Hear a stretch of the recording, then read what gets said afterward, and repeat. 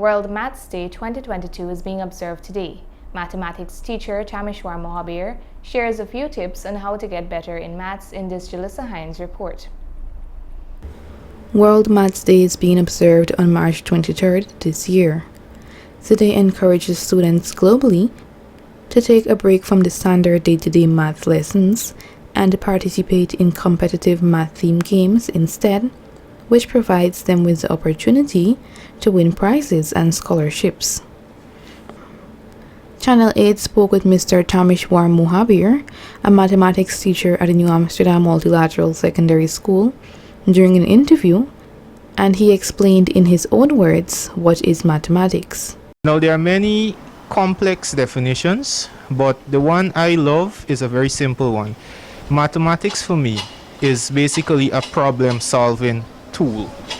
Mr. Mohabir was this year's valedictorian for the University of Guyana campus, graduating with a 4.0 GPA after completing his Bachelor of Education degree, Mathematics Concentration Program. He then highlighted how he overcame the challenges he experienced during his studies. I wasn't always fascinated with mathematics, but when I realized what it really is, it started to intrigue me. Mathematics is in everything we do, and everything that we have in this world is based on some mathematical concept. While I was a student, I found it difficult at first, but when I started to see the benefits of it and the application of it in our everyday life, I started to develop a love and an appreciation for mathematics. World Maths Day was created by an Australian digital learning resource, 3P Learning, in 2007. The first World Maths Day was held on March 14th, 3.14 or Pi Day.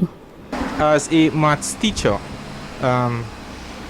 teaching the subject, it's challenging. Challenging in the sense that the present generation of students don't appreciate the subject, or they don't see the usefulness of it.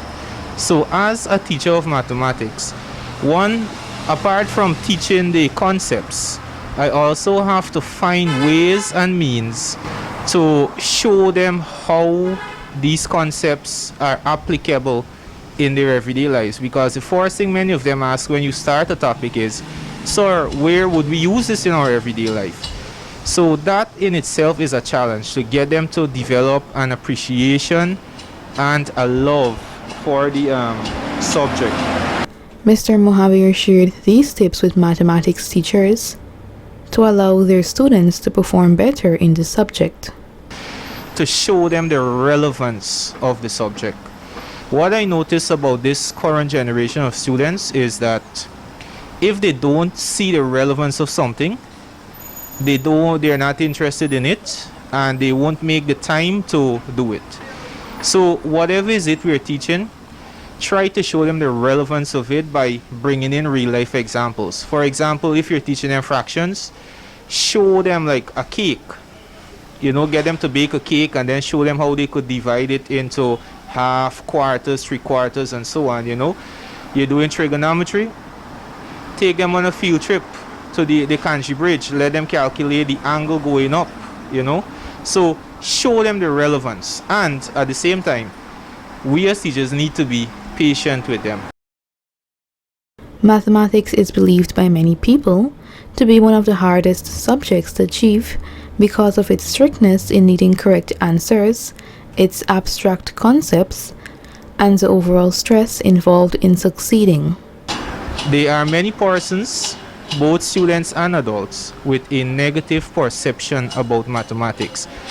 Now, to these individuals, I would like to say, mathematics is in everything we do. Every single thing that is invented has a mathematical base. Simple computers, the amount of maths that the programmers and so on have to use when they're creating these softwares and these gadgets and so on is simply amazing. So I would like for them to have an open mind and start to see maths as something useful and not a subject that, you know, stresses you out or gives you nightmare or those sort of things. It's very useful, and once you have an open mind, it will help you to clear that misconception. In 2010, World Maths Day created a Guinness World Record for the largest online math competition, with 1,204,766 participants from 235 countries around the globe.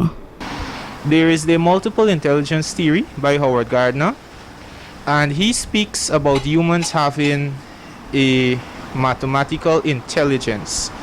So, in some of us, that intelligence is highly active, and naturally, we would find mathematics easy, and we would like to indulge in maths-related concepts. Whereas in others, that intelligence is not as active as the others.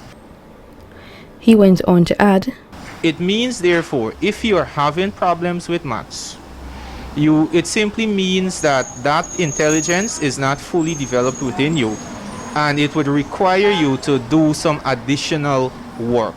So don't just shut yourself out and say, you know, maths is not for me, it's hard or something. You need to keep at it, and bit by bit, step by step, you will eventually master it. And it's very important because, as we all know, without maths, you can't really get a job, you can't really get into tertiary institutions and so on. It's one of the compulsory subjects required for matriculation. in conclusion, Mr. Mohabir left these tips for persons to improve their mathematical skills. Doing maths is like learning to ride a bicycle. You need to be patient, and you need to develop the mindset to keep doing something over and over until you grasp it. Just as in the case with riding the bicycle, you would fall along several times, but you get back up and keep trying until you get that balance. So similarly with mathematics, if you want to be good in it, you need to have patience. You need to keep trying the concept. If it's fraction, decimals, whatever it is, keep trying it over and over until you grasp that concept. Reporting for Channel 8 News, I am Jalissa Hines.